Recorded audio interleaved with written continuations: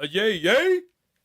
What up, folks? Let's talk about how some folks is going around talking about Deontay Wilder is arrogant because he said that American fighters won't sign with Eddie Hearn because the way that Eddie Hearn dealt with him. His run-ins with Eddie Hearn. You know, what you got to understand is his motherfucking opinion. You act like he's speaking facts and shit like that. That's his opinion. You know what I'm saying? He can't speak for nobody else. And if you think that's a fucking fact, that's your fucking problem, you big fucking idiot. But let's go into the fighters he do have.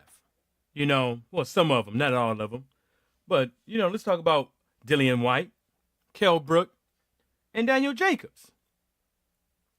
I don't see them getting the same treatment that Ass Juice is getting. You know? They're not going on, you know, private jets and stuff like that, free expense.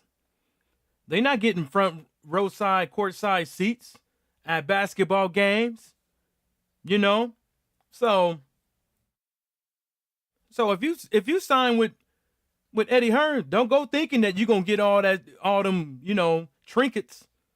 You know, you ain't gonna be walking around like Xerxes with all that gold on you.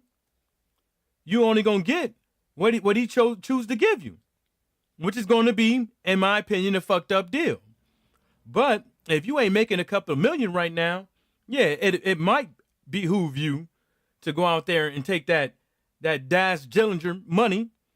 Or what you could do is you can name your price. You can name the price that you was willing to sell yourself for. Because that's exactly what you're going to be doing. You know, because you're going to get a deal. But it ain't going to be like, okay, 3 fights, and that's it. No, it's going to be your ass show up here, your ass show up there, your ass do this, do that in the third. You're going to have to bend at the knee, nigga. See, and that right there is called my opinion. You see, I'm not speaking for what Eddie Hearn is going to draft up on them contracts. That's my fucking opinion. Yeah.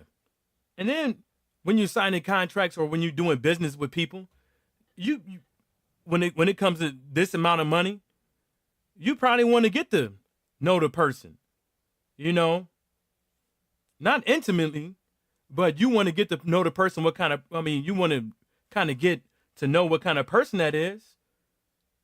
You know, you're dealing with a person that said, we going to strip Deontay Wilder of his belt in 2018, but he kept that open-ended because he could have been talking about Deontay Wilder fighting Dillian Whites. Oh, a couple months back when he said, oh, we sent Wilder an offer, but we forgot that to ask him who was the offer for, because that offer was for Dillian Whites. You know, and then he pulling Luis Ortiz leg, talking about you gonna get a shot. You sign with me, I give you a shot. You know, and then look at him. He got Big Sissy Miller. He's like, hey, you sign with Death Row, we'll hook you up too. You know, they tried to make New York the first stop for AJ. You know, come on, bruh. Now, with the whole arrogance thing, let's talk about when your boy Ass Juice said, oh, we're just gonna freeze him out. Who the fuck you think you is? The fucking snow miser around this bitch? You know what I'm saying? He gonna talk about all that bullshit. We're gonna freeze him out like you guys are the only ones in the sport of boxing that has all the juice and the fucking power. You guys ain't got shit. That's why when Deontay Wilder brought up that $50 million in the bag, you guys was like, oh, dumb. Yeah, because that shit was all up in your fucking face. The shit backfired on your ass. Now, if y'all would have stopped buying them Acme motherfucking products and got with some real deal Holyfield type shit, you wouldn't get these type of backfires and misfires. Because that's all y'all been doing is misfiring.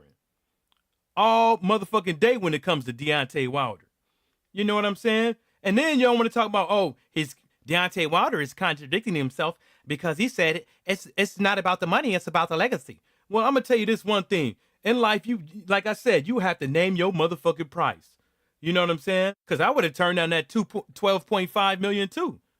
You know what I'm saying? You got at least about $20 million in American pay-per-views coming in. You got the door, you got all these other things and blah, blah, whoop, whoop, whoop. And you're going to talk about this guy should take the fight. You know what I'm saying? Eddie and AJ strutting around like they own everything, saying things like, well, if you want to fight AJ, we will have to agree to our terms like this is Game of Thrones or whatever, and the nigga got to bend at the knee. You know what I'm saying? Turning down the 12.5 had nothing to do with Wilder's statement about this is not about legacy. It had to do about not getting fucking ripped off. If he would have took that 12.5, he would have lost face.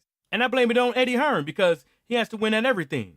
Negotiations, public affairs. I don't care if it's a handshake. He got to get the strongest grip. All that. You know? And we all know that's Eddie Hearn's job, to lie, cheat, and steal and all that stuff. But we don't see Deontay Wilder's team out there pulling stunts like Eddie Burns.